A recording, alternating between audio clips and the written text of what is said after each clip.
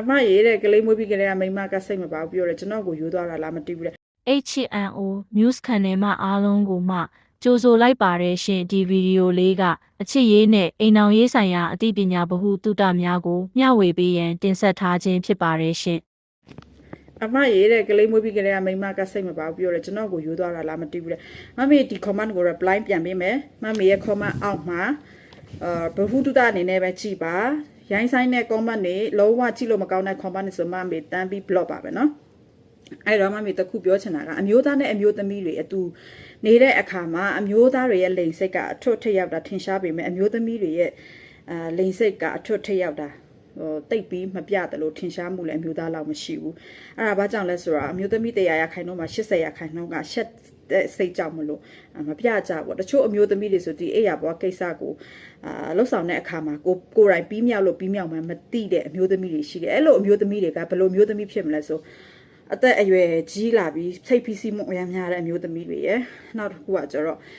ဒီကိုဝင်ဆောင်နေတဲ့အတော့အတွင်းပေါ့နော်စိတ်ချမ်းသာမှုမရှိတဲ့အမျိုးသမီးတွေရဲ့နောက်ထပ်တစ်ခုကကျတော့ဒီကလေးမွေးကာစရမွေးပြီးသွားတဲ့အချိန်အဲ့လိုအချိန်မှာဆိုရင်ဒီကလေးရဲ့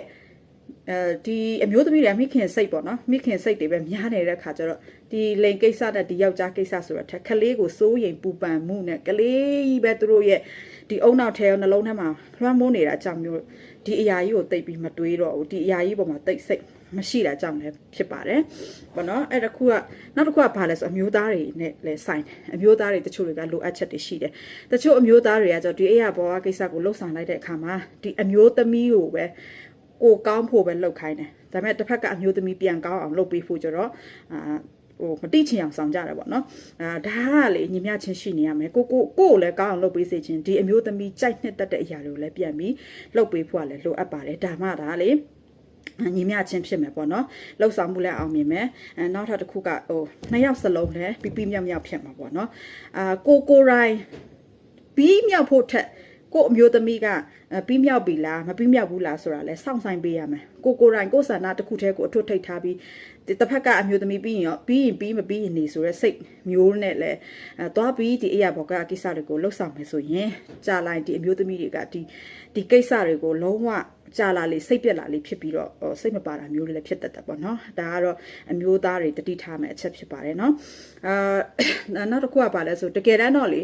ဒီအရာဘောကိစ္စတွေကိုကိုကလှုပ်ဆောင်မယ်ဆိုရင်ဒီအမျိုးသားကအမျိုးသမီးက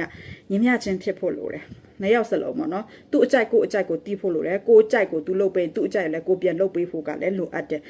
အဲ့ဒီလိုဒီအဲ့ဘောကိစ္စကိုတူပေါ်တူညီမျှချင်းလဲညီမျှတယ်အတူတူလဲပြီးမြောက်တယ်ဆိုရင်ကောင်းကျိုးတွေကအများကြီးရှိစိတ်ဖိစီးမှုတွေယော့လာမယ်နောက်ပြီးတော့ဟော်မုန်းတွေလည်းကောင်းလာမယ်နောက်ပြီးတော့ဒီအိမ်ဟောင်ရေးတွေလည်းပို့ပြီးတာမှာပေါ့ဒါကတော့အဓိကတော့ညီမျှချင်းပေါ့နော်သူကောင်းတယ်လို့ကိုကောင်းလုပ်ပေးတယ်လို့သူ့လည်းပြန်ပြီးကောင်းအောင်လုပ်ပေးမှတာလေကျမတို့တင်ဆက်သမျှကိုမလွတ်တမ်းကြည့်ရှုနိုင်ဖို့ HNO သတင်း channel ကိုစာရင်းသွင်းမထားသေးပါကအခုပဲစာရင်းသွင်းထားဖို့မမေ့ပါနဲ့နော်ရှင်